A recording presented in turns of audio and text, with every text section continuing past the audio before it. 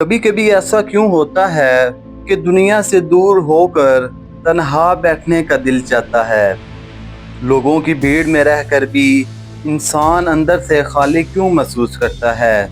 आज हम बात करेंगे तन्हाई की, जो तकलीफ दे है मगर असल में बहुत ज़रूरी है। नंबर वन, तन्हाई हमें खुद से मिलाती है। मसरूफ़ ज़िंदगी में हम दूसरों को जानने में लगे रहते हैं, मगर तन्हाई वो आईना है जिससे हम खुद को पहचानते हैं। नंबर टू, असल फ़ैसले तन्हाई में ही होते हैं। जब शोर ख़त्म हो जाता है तब ही दिल की आवाज़ सुनाई देती है। ज़िंदगी के बड़े फ़ैसले अक्सर खामोशी में होते हैं, महफ़िलों में नहीं।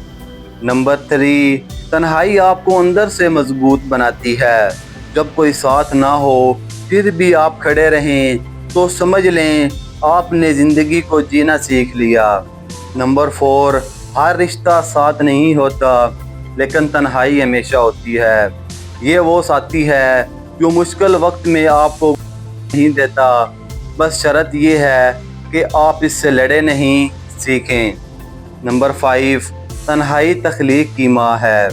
चाहे वो तहरीर हो, सोच हो या दुआ, सब कुछ अंदर से निकलता है जब आप बाहर की आवाज़ों से कट जाते हैं। तो अगली बार जब तन्हा महसूस हो तो परेशान ना हो।